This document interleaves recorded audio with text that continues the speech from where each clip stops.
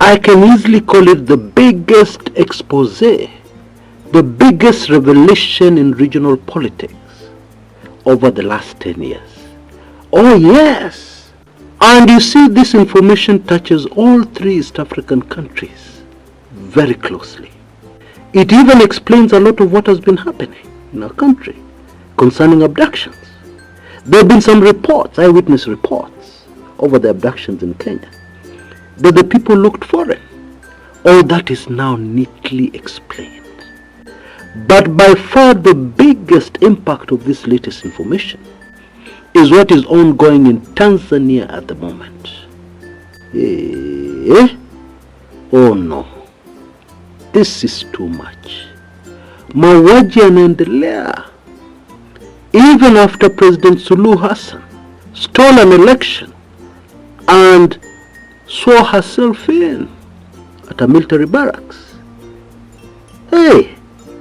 Anyway, welcome to my show today, where we take a very close analytical look at this new information and how it fits in with what has been unfolding in our neighboring Tanzania.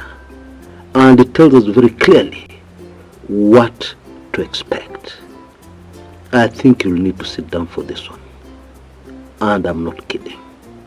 Karibuni sana to my show today. Twende kasi.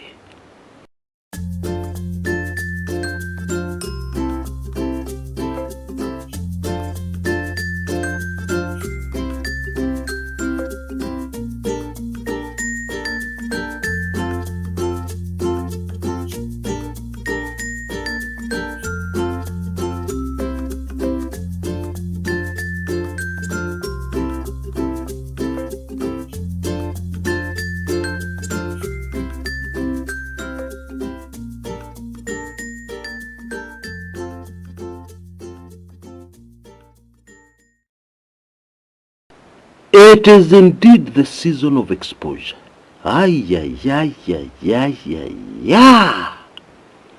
Information that has emerged very recently.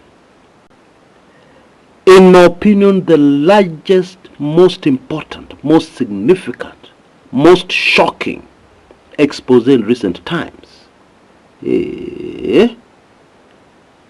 Actually, I've still not recovered from this. Because this latest expose explains a lot of things right down the history of Kenya. Oh yes.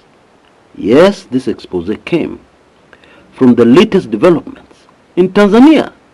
But it also explains stuff in Kenya. Oh yes. Now, very quickly, because my show today is not about Kenya, very quickly, cast your minds back to the post-election violence after the blatantly stolen election of 2007. Residents of Kisumu widely reported that on their streets they saw soldiers. Oh yes. Those soldiers were not from the KDF, not from the Kenya Army. Do you remember?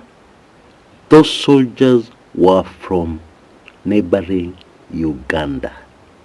Now it all fits in very neatly, very perfectly, like in a tricky jigsaw puzzle that had refused to be solved.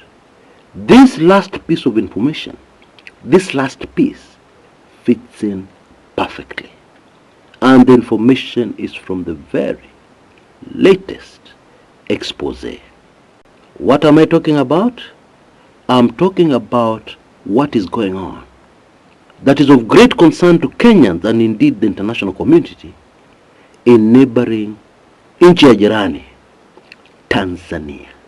Shockingly, this information also explains exactly what happened on June 2024, the day Gen Zs breached Parliament, and the aftermath.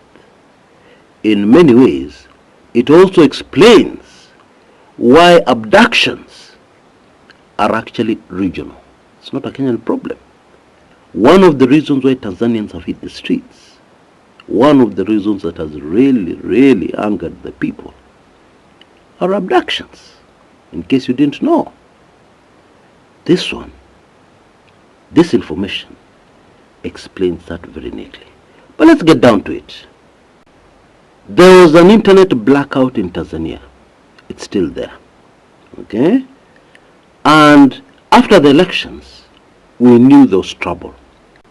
And we saw very dramatically that Jeshi la Wananchi, heroes and heroines in my book, of Tanzania refused to follow the orders ya kupiga risasi the employers, the citizens of that country. And regulars on this channel will know what happened after that, courtesy of some inside information from Tanzania that yours truly was privileged to come across. Modi asante sana, one of the followers of this channel, very faithful, very dedicated, is the one who organized that one. Asante sana kaka. Now, we know that in the Security Council meeting, there was no agreement. There was a lot of push and pull. There were arguments. The two main sides were the status quo, the people making money like there's no tomorrow through government deals, corruption, etc., etc. And on the other side were genuine patriotic Tanzanians who were putting their country first. They're not angels, but they were putting their country first above everything else. And so this continued for many days. And people were wondering why there's no response from the government. The government was quiet, even as the protests continued countrywide. Okay? In retrospect, we now realize President Samia Suluhu was stuck. Her handlers, her chief advisor, mnamjua vizuri sana, her former president, they were stuck. They did not know what to do. Okay? Then what happened next was very familiar to many Kenyans. Mauaji ya wananchi. Indeed, some people are calling it a massacre. It was hard to believe, and I must confess, when I got this information initially, I found it very difficult to believe. How? By whom? It didn't make any sense. And then shortly after that, President Suluhu got sworn in under tight security at a military barracks in Dodoma, which by the way is the seat of government. Parliament is there, everything is there. Dodoma, Tanzania. But the protests continue. The mauaji continue. And we know it is not the military. They have refused. We know it is not the police. Okay? So, who is responsible for this?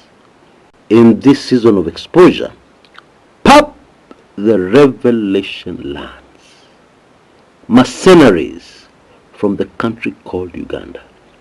Indeed, they have been exposed by Tanzanians because Ugandans don't speak Kiswahili. They hardly speak Kiswahili. And protesters were able to identify them very quickly. Hawa si wa Tanzania. Hawa ni Waganda. Hawaongei Kiswahili. Hawaelewi Kiswahili. Apparently, deep in crisis, President Suluhu Hassan of Tanzania made a call, very quick call, to these mercenaries for hire based in the country called Uganda. And these ghosts, we are told, were about 300, and they were quickly spread to hotspots in the country called Tanzania. And the result is a very, very sad situation. Umwagikaji wa damu nchini Tanzania.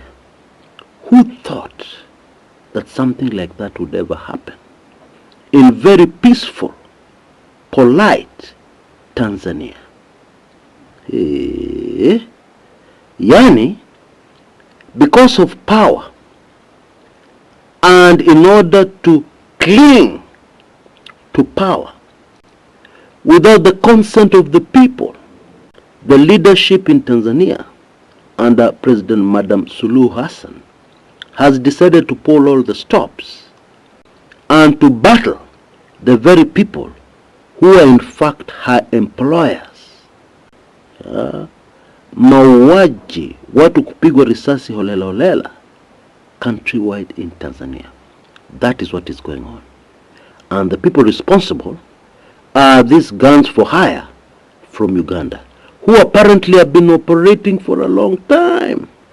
I started my show today by reminding you about 2007 in Kisumu, Kenya. Even June 2024, Kenya. The Gen Z protests are now in Tanzania. But here is the interesting, fascinating part of this story.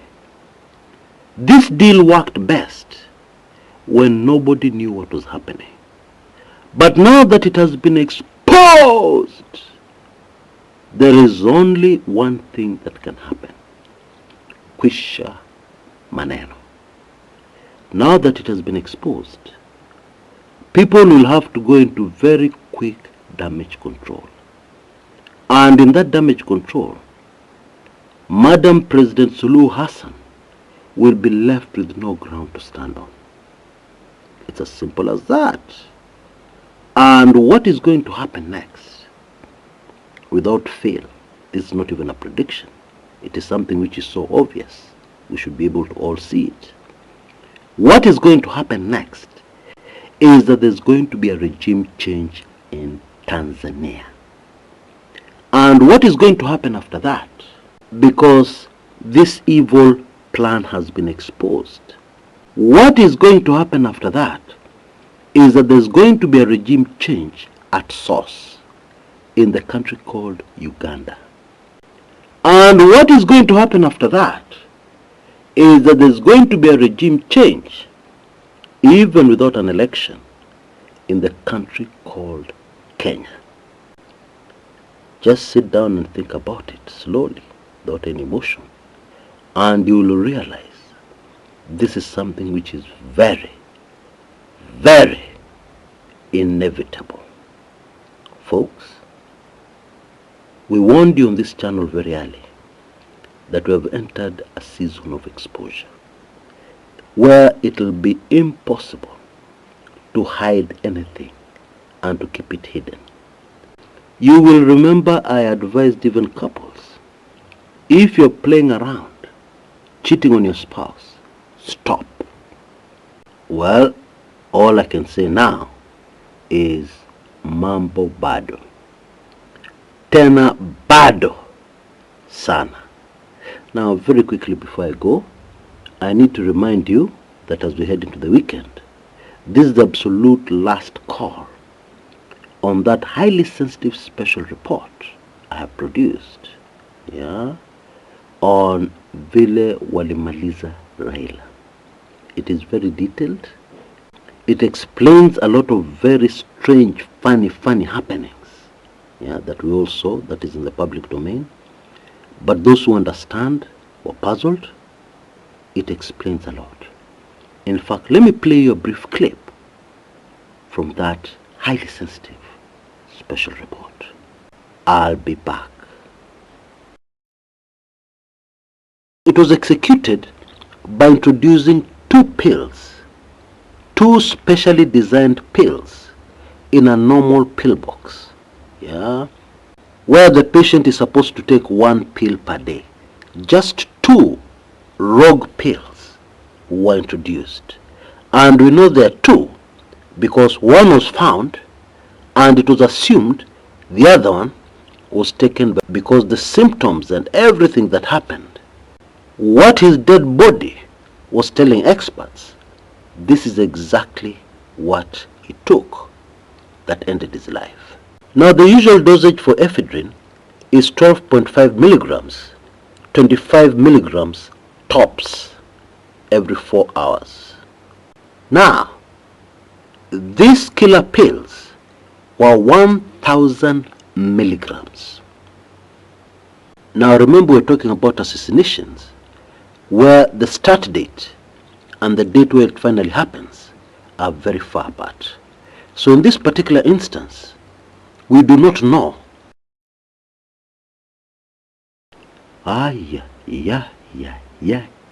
Yeah.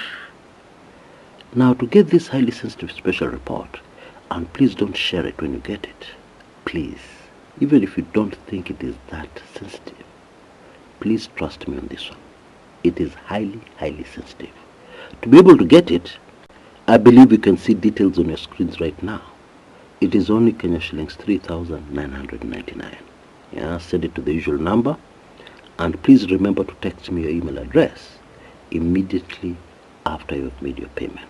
Okay, we're in the kipindi cha lala salama, so please make a quick decision so that you're not left out, because in this season of exposure, this will explain a lot of things surrounding the last hours of our departed beloved Agwambo.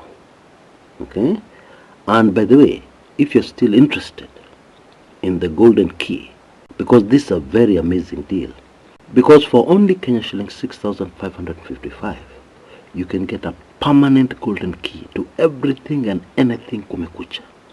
You will never need to pay a dime ever again for what we've produced in the past and even for what we'll produce in the future.